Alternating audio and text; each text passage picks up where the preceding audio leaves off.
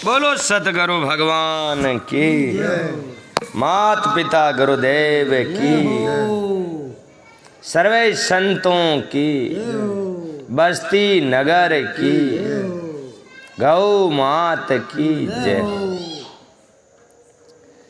शिव संबंधी तत्व ज्ञान का वर्णन तथा उसकी महिमा, कोटि रुद्र संहिता का महत्व एवं उपसंहार।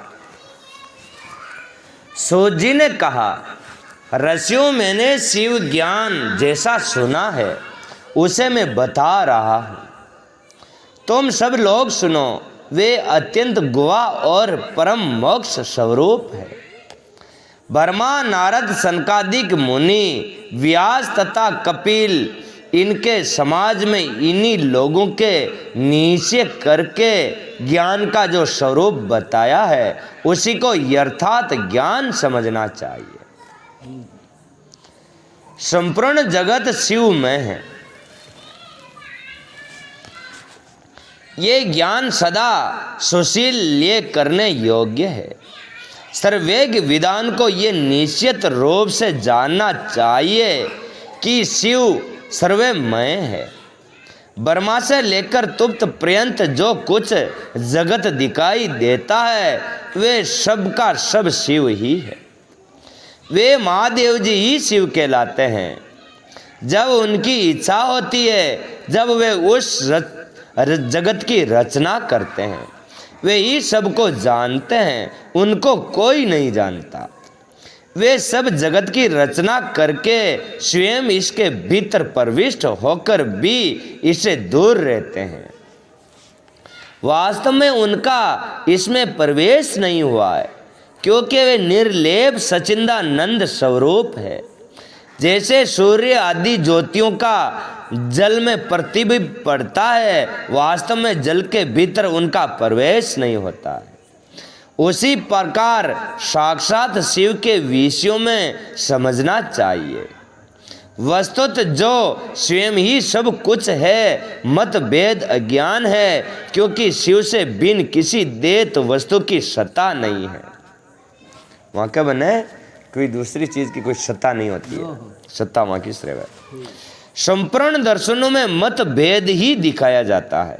12 ही पंथ है ना, 12 ही पंथा में खुन्ने किसी इंदाता ने ऊंचा बता दे, खुन्ने कड्डी बता दे, लेकिन परंतु वेदांती नित्य अद्वैत तत्व का वर्णन करते हैं।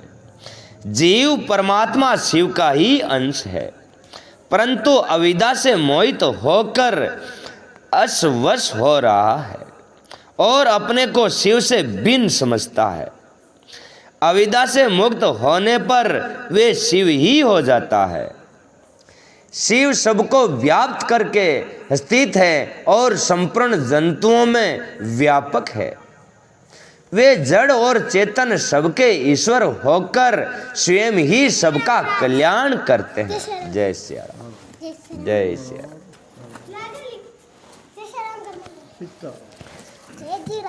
जय जय राम। वेदांत पुरुष वेदांत मार्ग का आश्रय ले उनके साक्षात्कार के लिए साधना करता है, उसे वे साक्षात्कार रूप में फल अवश्य प्राप्त होता है। व्यापक अग्नि तत्व प्रत्येक काष्ठ में स्थित है, परंतु जो उस काष्ठ का मंथन करता है वही असंगित रूप से अग्नि को प्रकट करके देखता है। उसी तरह जो बुद्धिमान या भक्ति आदि साधनों का अनुष्ठान करता है उसे अवश्य शिव का दर्शन प्राप्त होता है। इसमें कोई संशय नहीं है। स्वेतर केवल शिव ही शिव है, शिव ही दूसरी कोई वस्तु नहीं है। वे शिव ब्रह्म से ही सदा नाना रूपों में भाषित होता है। जैसे समुद्र में मिट्टी अथवा श्रवण में ये उपाधि भेद से नाना तत्व को प्राप्त होते हैं, उसी प्रकार भगवान शंकर भी उपाधियों से ही अनेक रूपों में भासते हैं। जैसे सोना की रकड़ी बन जावे, मानलेव बन जावे, नकेली बन जावे, है तो वो होना ही है। जैसे भगवान शंकर ही है पूरी सृष्टि में जो दिखाई देता है, जो नाना प्रकार में आपा बूढ़ो जान ला, कई कई चीज़ें भगवान बैठा हुआ। कार्य और कारण में वास्तविक भेद नहीं होता। केवल ब्रह्म से भरी हुई बुद्धि के द्वारा ही उसमें भेद की प्रतीति होती है। ब्रह्म दूर होते ही भेद बुद्धि का नाश हो जाता है। जब बीज से अंकुर उत्पन्न होता है, जब वे नाना तत्वों को प्रकट करता है, फिर अंत में वे बीज रूप ही स्थित हो जाता है और अंकुर नष्ट हो जाता है। ज्ञानी बीज रूप से ही स्थित है और नाना प्रकार के विकार अंकुर रूप है। उन विकार स्वरूप अंकुर की निवृत्ति हो जाने पर पुरुष फिर ज्ञानी रूप से ही स्थित होता है। इसमें अन्यथा विचार नहीं करना चाहिए। सब कुछ शिव है और शिव ही सब कुछ है। शिव तथा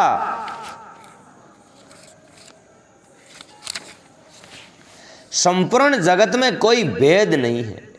फिर क्यों कोई अनेकता देखता है और क्यों एकता ढूंढता है?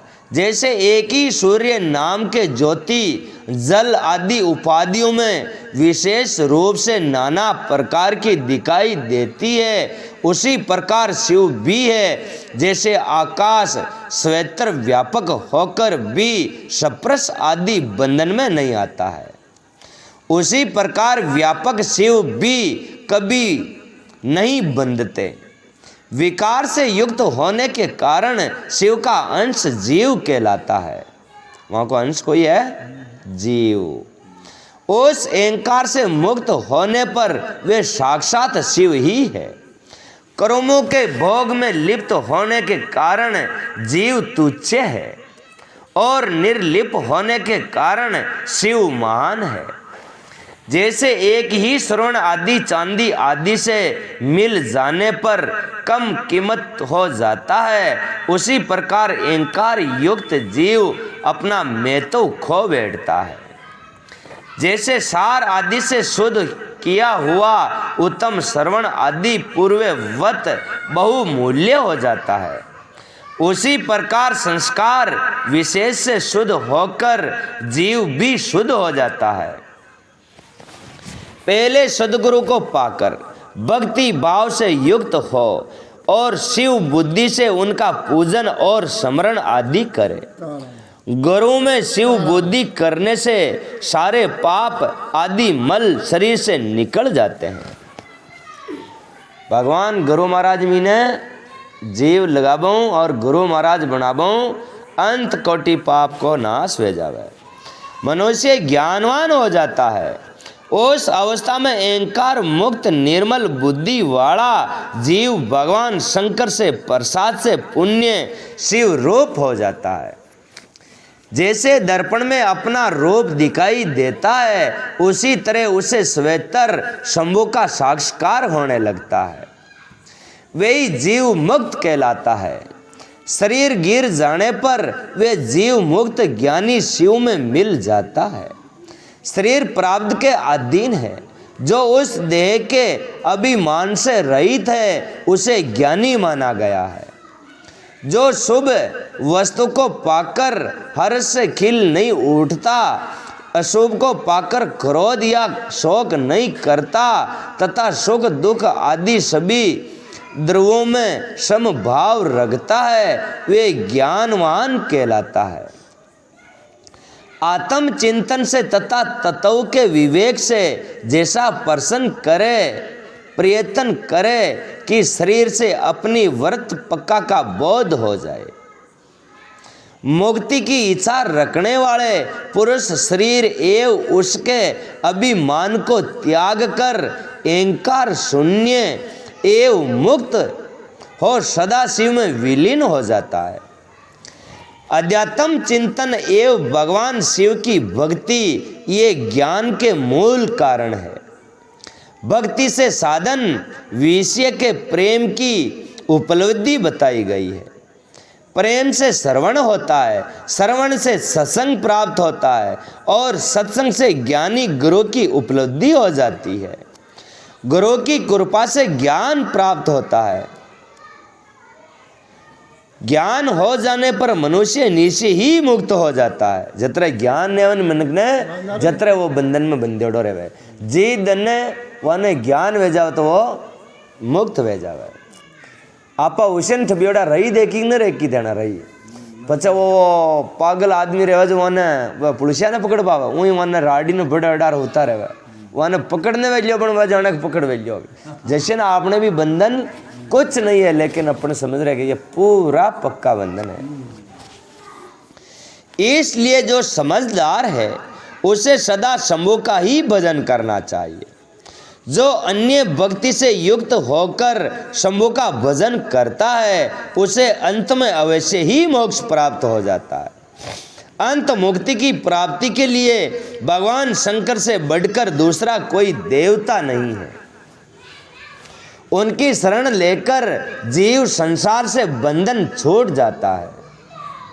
ब्रह्मांडों इस प्रकार वहां पधारे हुए ऋषियों ने प्रोफेसर निश्चय का निश्चय करके जो ये ज्ञान की बात बताई है इसे अपनी बुद्धि के द्वारा प्रयत्न पूर्वक धारण करना चाहिए। मुनीश्वरों, तुमने जो कुछ पूछा था वे सब मैंने तुम्हें बता दिया है। इसे तुम्हें प्रयत्न पूर्वक गुप्त रखना चाहिए। बताओ अब और क्या सुनना चाहते हो। ऋषि बोले, व्यास शिष्य आपको नमस्कार है। आप धन्य हैं, शिव भक्तों में श्रेष्ठ हैं। आपने हमें शिव तत्व संबंधी परम उत्तम ज्ञान श्रवण कराया है। आपकी कृपा से हमारे मन की भ्रांति मिट गई है। हम आपसे मोक्षदायक शिव तत्व का ज्ञान पाकर बहुत संतुष्ट हुए हैं। सूजी ने कहा, दीज जो नास्तिक हो और श्रद्धाहीन हो और शठ हो, जो भगवान शिव का भक्त न हो तथा इस विषय को सुनने की रुचि न रखता हो, उसे इस तत्व ज्ञान का उपदेश नहीं देना चाहिए।